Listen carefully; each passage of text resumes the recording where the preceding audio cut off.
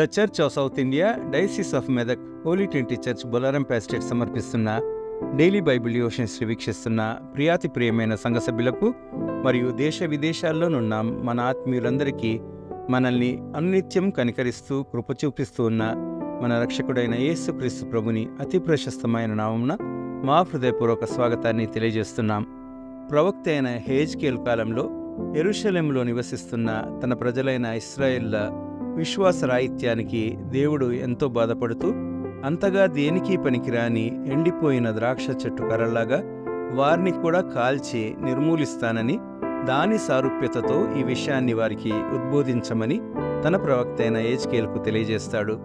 ఈ విషయాల్ని మనం కూడా తెలుసుకొని జాగ్రత్త పడేలా the stick of the grape wine ద్రాక్ష చెట్టు కర్ర అనే నేటి అంశంపై మన పాస్టమ్మ శ్రీమతి కె ప్రభా చార్ల్స్ గారు ఇప్పుడు మనకు దైవ సందేశాన్ని అందిస్తారు. సందేశానికి ఉపోద్ఘాతంగా ఈ గీతాన్ని ముందుగా విందాం.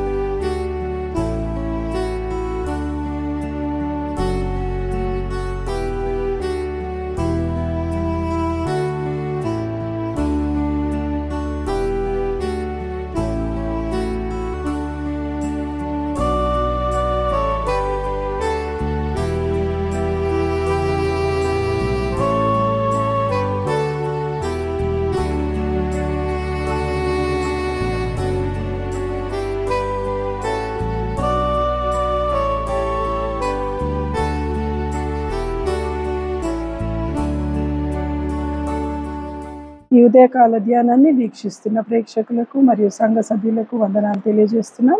ఒక చిన్ని ప్రార్థనతో మనం మొదలు పెట్టుకుందాం. కృపామయుడ, నియమితమైన కృపచేత ఉదయకాలమున నీ సన్నిధిలో చేరి నీ వాక్యం వినుటకు మమ్మల్ని సజీవ లెక్కలో ఉంచినందుకు నీకు వందనాలు చెల్లిస్తున్నాం నాయన. తండ్రి, నీ కృప నీ ప్రేమ ద్వారానే మేము ఈ విధంగా సమకూడి తండ్రి నీ వాక్యం వినుటకు గాను ఇచ్చిన ఈ యొక్క తరుణానికై నీకు వందనాలు చెల్లిస్తున్నాం. తండ్రి, నీ ప్రేమ నీ అధికముగా మా పైన ఉంచి మమ్మల్ని సజీవ లెక్కలో ఉంచుతున్నావు. ఈ విధంగా తండ్రి నీ ప్రేమను తండ్రి కనుపరిచి నీ యొక్క దీవెనల చేత సంఘాన్ని అంతటిని ఆశీర్వదించి భద్రపరచమని మా ప్రభువైన యేసు పేట వేడుకుంటున్నాం తండ్రి, ఆమేన్. మరియు ఈరోజు మనము ధ్యానించాల్సిన అధ్యాయము యెహెజ్కేలు గ్రంథము 15వ అధ్యాయము. ద్రాక్షావళి తీగలు ఏ విధంగా అవి మనకు ఉపయోగపడతాయా లేదా అన్న విషయాన్ని మనకి ఇక్కడ తెలియపరుస్తున్నాడు యెహెజ్కేలు ప్రవక్త. ఒకసారి వాక్యాన్ని చదువుకుందాం. మరియు యెహోవా వాక్కు నాకు ప్రత్యక్షమై ఈలాగు సెలవిచ్చెను, నరపుత్రుడా, ద్రాక్ష చెట్టు కర్ర అడవి చెట్టులోనున్న ద్రాక్ష చెట్టు కర్ర తక్కిన చెట్ల కంటేను ఏమైనా శ్రేష్టమా? ఏ పనికైనను దాని కర్రను తీసుకొందురా? ఏ ఒక ఉపకరణము తగిలించుటకై ఎవరైనా దాని కర్రతో మేకునైనను చేయుదురా? అది పొయ్యికే సరిపడును గదా. అగ్ని చేత దాని 2 కొనలు కాల్చబడి నడుమ నల్లబడిన తరువాత అది మరి ఏ పనికైనను తగునా? కాలకముందే అది ఏ పనికి తగకపోయేనే అగ్ని దాని యందు రాజి దాని కాల్చిన తరువాత అది పనికి వచ్చునా? కావున ప్రభువైన యెహోవా ఇలాగ సెలవిచ్చుచున్నాడు, నేను అగ్ని కప్పగించిన ద్రాక్ష చెట్టు అడవి చెట్లలో ఏలాంటిదో యెరూషలేము కాపురస్తులు అలాంటి వారే కనుక నేను వారిని అప్పగింపబోచున్నాను. నేను వారి మీద కఠిన దృష్టి నిలుపుదును. వారు అగ్నిని తప్పించుకొనినను అగ్నియే వారి దహించును. వారి ఎడల నేను కఠిన దృష్టి గల వాడనై ఉండగా నేనే యెహోవానని మీరు తెలుసుకొందురు. వారు నా విషయమై విశ్వాసఘాతకులైరి కనుక నేను దేశమును పాడు చేసేదను. ఇదే ప్రభువగు యెహోవా వాక్కు. ఈ విధంగా ద్రాక్ష చెట్టు ఏ విధంగా పనికి రాదని ప్రవక్త మనకు తెలియజేస్తున్నాడు. దేవుని వాక్యం ద్వారా మనకు ఈ ఒక్క హెచ్చరిక దేవుడు మనకు ఇస్తున్నాడు. ద్రాక్ష తీగ వల్లే మనం ఉండకుండా అది ఏ విధంగా నశించిపోతుందో, ఎందుకు పనికి రాకుండా ఉంటుంది, ఎందుకు పనికి రాకుండా ఉన్నాము అన్న ఒక ఆలోచన మనలోకి వచ్చి, why are we so against the principles of God? దేవునికి విరుద్ధంగా జీవిస్తున్నామా? ఈ ద్రాక్ష తీగలాగా ఉంటున్నామా? మనల్ని మనం సరిచేసుకొని ఉండలేమా? మరి ఈ విధంగా అది ఎండిపోయిన తర్వాత దాన్ని ఏం చేస్తారు? దాన్ని ఇది ఓన్లీ బర్న్ ఇట్, అది కేవలం కాలడానికే పనికి వస్తుంది, దేనికి పనికి రాదని అంటున్నారు. మరి ఈ విధమైనటువంటి ద్రాక్ష తీగ వల్ల మనం ఉందామా, లేకుంటే ఒక సారవంతమైన ఒక భూమిలో పెరిగిన ఒక మంచి వృక్షం వలె నీడనిచ్చినా కానీ దేనికన్నా పనికి వచ్చే ఒక వృక్షం వలె మన జీవితాన్ని మనం దేవుని కొరకు సమర్పించుకుందామా? How far we are today, let us examine ourselves. ఎందుకు నశించిపోయే జీవితం మనకు అవసరమా? ఎందుకు ఆ పాడు ఆలోచనలు, పాడు తలంపులు, పాడు అన్ని చెడుని ఆకర్షించే ఈ జీవితాన్ని మనము దేవునికి దేవుని దృష్టికి మనం అసహ్యులమైపోతాం. మనల్ని ఒక కాల్చి ఒక నరకంలో పడేసే ఆ ఒక పరిస్థితి మనకు అవసరం లేదు. ఆ ఇరుకు మార్గంలోకి మనం ప్రవేశించే ఆ ఇరుకు మార్గాన్ని వెతుక్కుందాం మనం.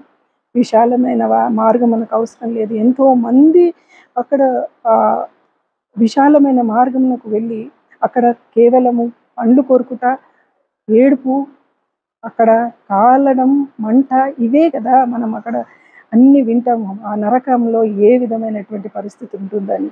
But God has chosen us. We are his children. He doesn't want us to perish. ఈ యొక్క ద్రాక్ష తీగ వలె మనము కాలిపోకూడదని ఆయన మనకు ఒక హెచ్చరిక దేవుడు ఇస్తున్నాడు. ఇంకేమంటున్నాడు? అది ఏ పనికి కూడా మనకు అది పనికి రాదు. కాబట్టి ఏమంటున్నాడు? నేను వారి మీద కఠిన దృష్టి నిలుపుదును, వారు అగ్నిని తప్పించుకొనినను అగ్నియే వారిని దహించును. మనము మన జీవితము దేవునికి అంగీకారంగా లేనట్టయితే ఈ యొక్క భయంకరమైన అగ్ని చేత మనల్ని కాల్చబడినప్పుడు మనం తప్పించుకుందామన్నా కానీ అగ్ని మనల్ని ఆవరించి మనల్ని కాల్చేస్తుందట. దేవుడు మనము ఆయనకు విరుద్ధంగా జీవించినప్పుడు మనల్ని తప్పించడంట దేవుడు. How can we live such a life when we are burning in the furnace? Let us examine ourselves. Let us prepare ourselves to face God, that we must be pure in the sight of God. అదేవిధంగా యోహాను సువార్త 15వ అధ్యాయంలో కూడా ద్రాక్షావల్లిని నేను, తీగలు మీరు అంటున్నాడు.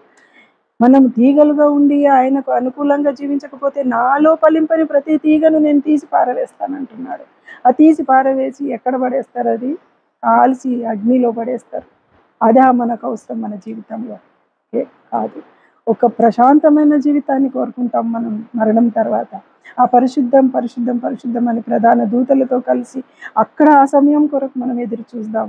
ఈ పాపపు లోకంలో జీవిస్తూ మనం ఒక ఎండిపోయిన ఆ ద్రాక్ష తీగ వలె కాక ఒక మంచి పచ్చని చెట్టు వలె మన జీవితాన్ని ఆయన కొరకు ఫలించుటకు గాను మన జీవితాన్ని సరి చేసుకొని జీవిస్తాం. God is expecting us to be a sincere true Christian, to be in him. ఆయనలో ఫలించి ఆయనలో ఒక తీగగా ఆయనను అల్లుకొని ఆయనలో జీవించినప్పుడే క్రైస్తవులమని మనం చెప్పుకోగలుగుతాం. ఈ ఒక గొప్ప ఆలోచన, ఈ యొక్క తలంపులతో జీవించినప్పుడే తీగగా ఎండిపోయి మనం నశించిపోయి కాల్చివేయబడకుండా ఉండుటకు దేవుడు మనల్ని కాపాడతాడు. దేవుడు గొప్ప కార్యం చేసే దేవుడు, మనల్ని ఎన్నటికీ విడిచిపెట్టే దేవుడు కాదు.